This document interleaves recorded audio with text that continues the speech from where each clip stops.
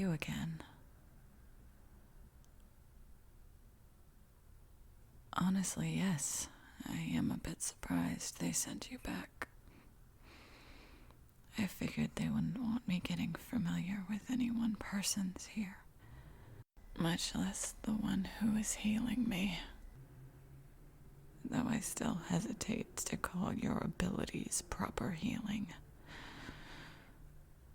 Oh.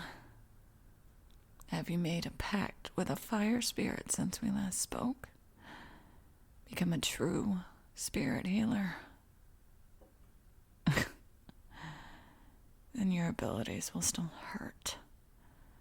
You can't have the warmth of healing magic without the presence of fire.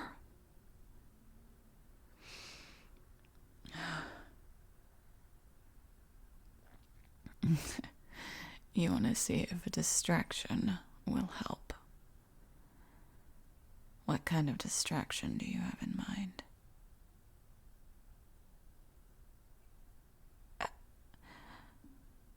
I am shocked that you were actually able to manage this.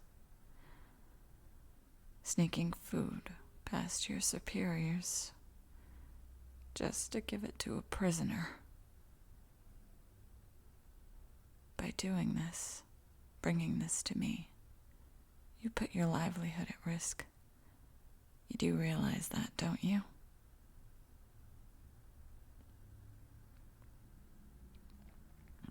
Well, many people would take advantage of that kindness. Thank you, human.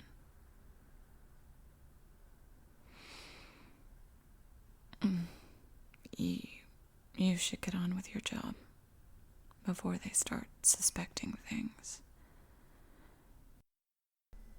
I will eat as you heal me and see if it distracts from the rough nature of your magic.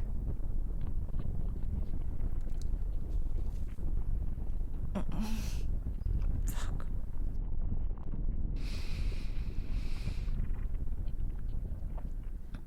No, it's fine.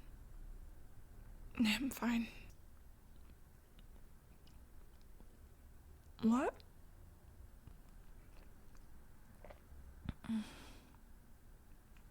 What did a woman like myself do to get brought here? Well, I'd like to clear this up first. I'm not a woman. Elves do not have gender in the same way you humans do. Despite how close our appearances are, we were created by Tare and are closer akin to the flowers or trees or other flora than we are to humans. That doesn't surprise me all that much. Your collective doesn't teach you much outside of what they want you to know. Withholding information seems par for the course, and makes my people seem like something to be feared.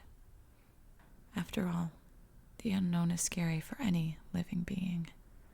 Doesn't matter what species you are.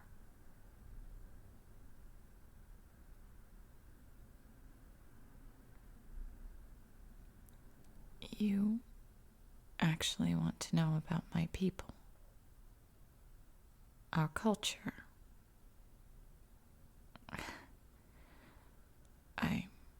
I suppose as long as you're not asking about sensitive information, it wouldn't hurt to humor you while I'm here. What would you like to know?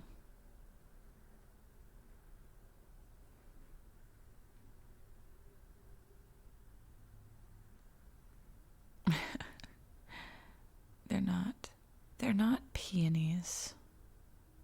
They're marigolds. And they aren't an accessory. They're part of me. When an elf reaches maturity, they begin to sprout. I think the closest translation in the common tongue would be our life flowers. They bloom from our scalp and intertwine with our hair. These flowers are representations of ourselves. And whenever we have an extreme change in our personality or character, the flowers wilt and are replaced with a new flower that closer represents that change. Tere wanted us to not hide who we are in the same way humans do. She wanted transparency in her creations.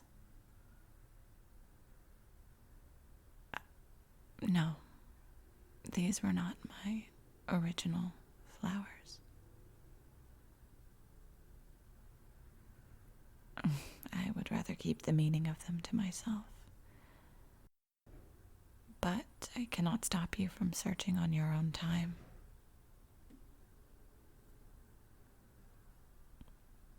Yes, that is what I said. Tere was our creator. You cannot possibly tell me that they don't teach you the names of the spirits.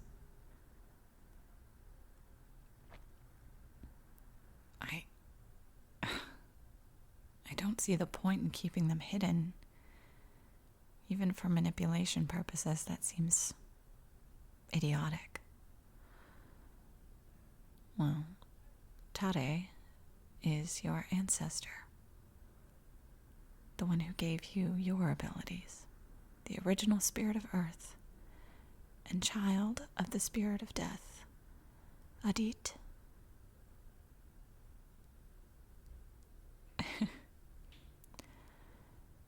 Yes, I know all of the names of the spirits.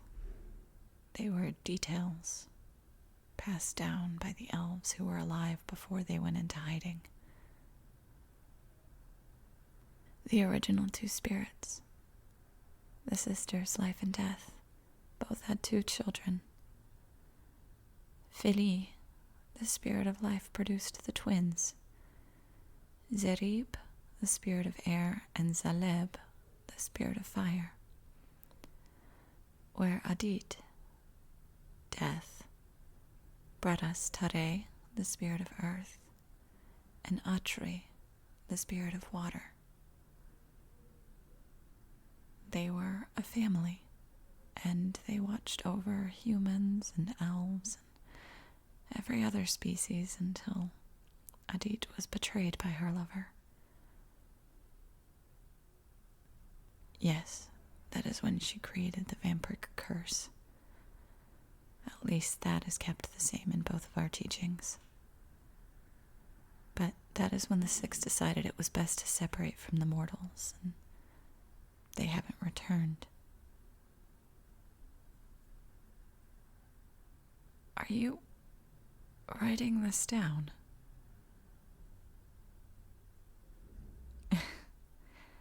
That's honestly quite endearing that you're so curious about this. I may have made a rash judgment about you before, human. No. Healer. You may not be a very good one, but it is your title, and I shall try and be respectful as long as your people continue to let me live. After all, you have not technically hurt me, at least not on purpose.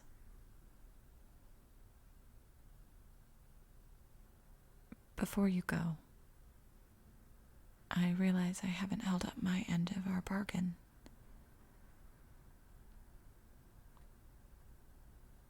They call me El Marin. It is my name, and I said I would give it to you if you brought me food. And you did. So, thank you. You also reminded me that not all members of the human race are cruel. No, you don't have to do that. Sneaking food to me is one thing, but asking your superiors to lessen the intensity of their interrogations will only do more harm than good. I will be fine. And if I'm not, then that was my destiny. No matter what they do to me, I can rest easy knowing that I completed my goal before being brought here.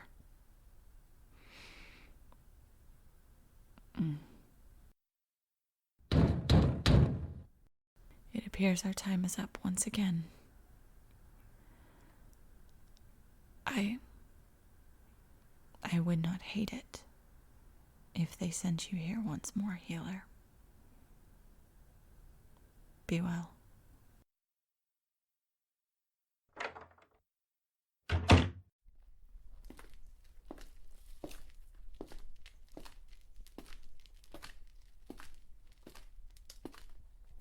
Hello there.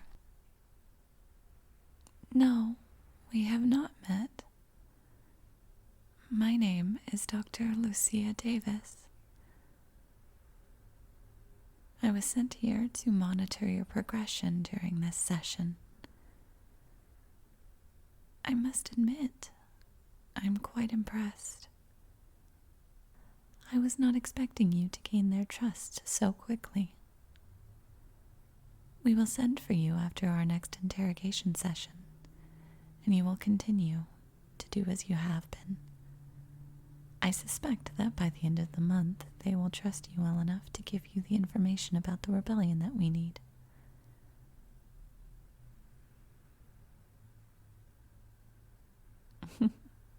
Will I lighten their sentence if they do tell you? That is not up to me. I am simply a doctor. You will need to speak to the high judges for that. But I will let you in on a little secret.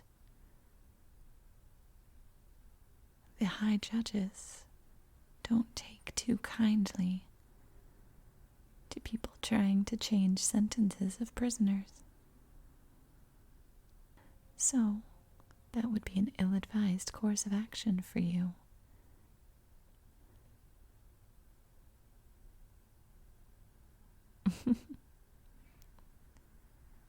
Of course, we will send for you when the time comes. I suggest you don't disappoint me, little healer.